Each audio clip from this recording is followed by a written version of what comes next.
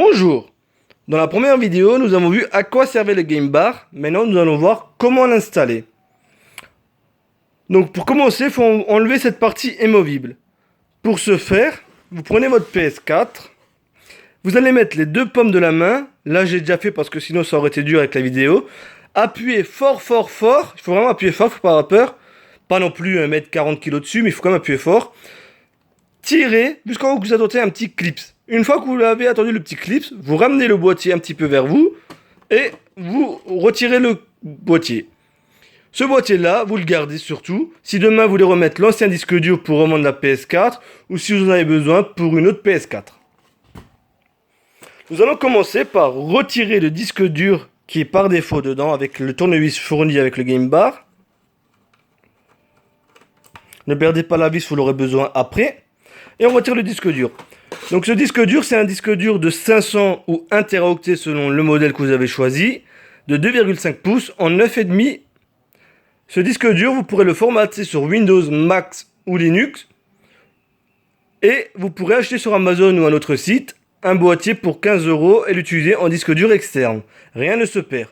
Surtout, ne perdez pas ce petit boîtier en métal, ce petit récipient qui va permettre de réinsérer un autre disque dur si un jour vous en avez besoin.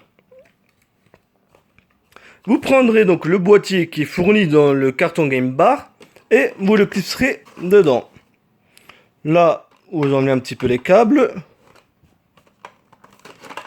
Voilà, vous enlevez un petit peu les câbles, vous mettez la vis. Voilà, on serre un peu avec la main. On prend le tournevis. Et on serre, pas comme un bourrin, ça ne sert à rien.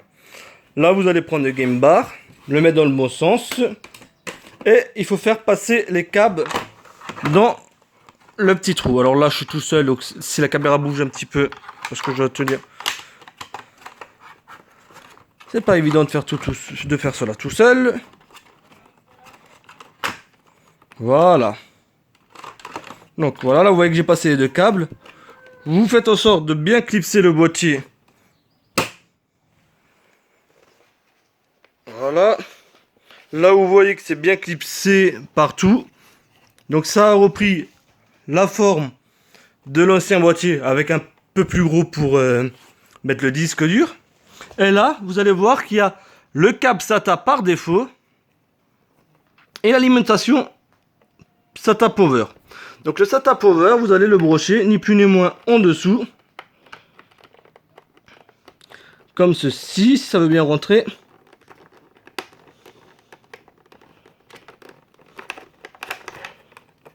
Alors, on va recommencer, on va réussir.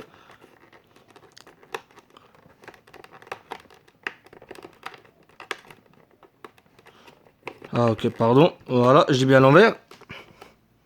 Et le câble SATA au-dessus. Alors, le petit trou vers là. Comme ceci. Alors, à une main, c'est un peu difficile. On va faire ça doucement pour pas casser. Et là, vous voyez que c'est branché.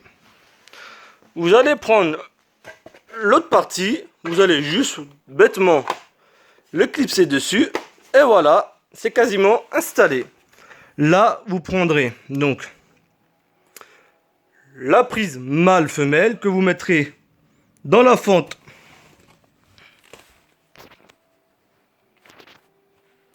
ici présent comme vous pouvez le voir. Donc désolé, je vais peut-être faire hors caméra. Non, ça va. Et là, vous mettrez l'alimentation qui est livrée avec la PS4, qui est le standard, le câble le radio aussi. Voilà. Donc voilà à quoi cela ressemble. Au départ, quand j'ai acheté ce boîtier-là, j'étais vraiment méfiant. Je pensais que j'aurais un vieux truc qui sent le chinois à 100%, bien que c'est bien sûr fabriqué en Chine, mais que ça sent vraiment la mauvaise qualité. Finalement, comme vous pouvez le voir, c'est un peu plus gros qu'un disque dur 2,5 pouces, on le voit quand même.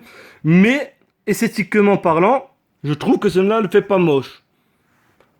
C'est bien intégré à la PS4, ça dépasse pas, ni à l'avant ni à l'arrière. Il y a les ventilations à l'arrière comme sur l'autre boîtier, comme sur le boîtier par défaut il me semble, oui. Et on a accès au bouton facilement. Donc, faut savoir qu'une fois que vous aurez installé le disque dur et fait le branchement, il n'y aura pas de firmware. Il faudra vous rendre sur le site officiel de Sony et taper dans la barre de recherche changement de disque dur. Et là, il faudra télécharger le dernier firmware disponible en date. Attention, il y a deux types de firmware. Il y a un firmware qui fait environ 3 à 400 MO, qui est juste une simple mise à jour, qui contient que la mise à jour. Et il y a un firmware qui fait entre 700 et 1 Go, qui lui contient le firmware complet. Donc il faut bien prendre la version la plus lourde.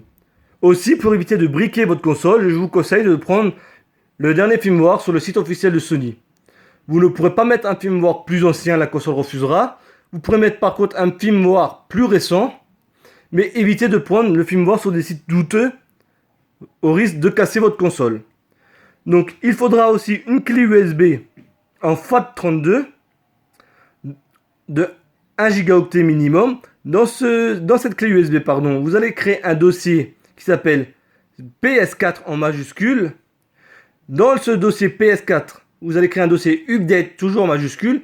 Et dans ce dossier update, vous allez télécharger, copier la mise à jour que vous avez téléchargée, le firmware, qui s'appellera PS4 Update. S'il ne s'appelle pas PS4 Update en majuscule, il faudra l'écrire. Une fois fait, vous allez la brancher. Vous allez brancher votre manette en filaire. Vous allez appuyer sur le power jusqu'à ce que vous entendez un premier bip. Ça va faire bip. Vous comptez environ 7-8 secondes, ça va mettre un deuxième bip. Là, vous relâchez. Vous allez arriver dans le mode recovery. Il va vous demander d'allumer la manette. Et là, vous prendrez l'option 7 qui s'appelle, je crois, réinstallation logiciel ou un équivalent comme ça. Mais c'est l'option 7, c'est la dernière option. Vous cliquez, vous laissez installer. Puis après, il suffira de suivre ce que vous dit l'écran pour reparamétrer la console. Et la PS4 sera comme avant. Faut savoir que vous pourrez accéder au mode repos. Donc, vous pouvez faire les mises à jour à distance. Quand la PS4 est en mode repos aussi, comme avec les disques durs de HDMI. Par la suite, vous pourrez faire les mises à jour normales. Il n'y aura pas besoin de devoir à chaque fois télécharger sur le site officiel de Sony.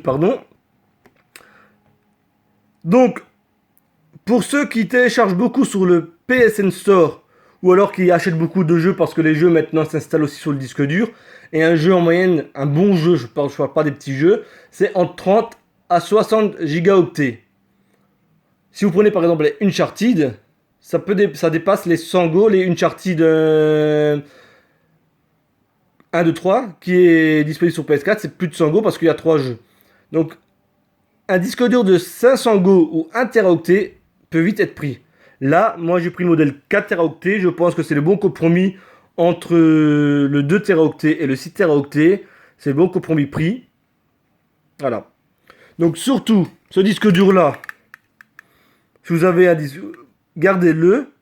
Soit pour le remettre un jour si vous voulez restaurer votre PS4 comme auparavant, soit pour en faire un disque dur externe pour le moindre coût. Donc voilà, je vous remercie d'avoir regardé mes deux vidéos et peut-être à la prochaine pour une autre vidéo.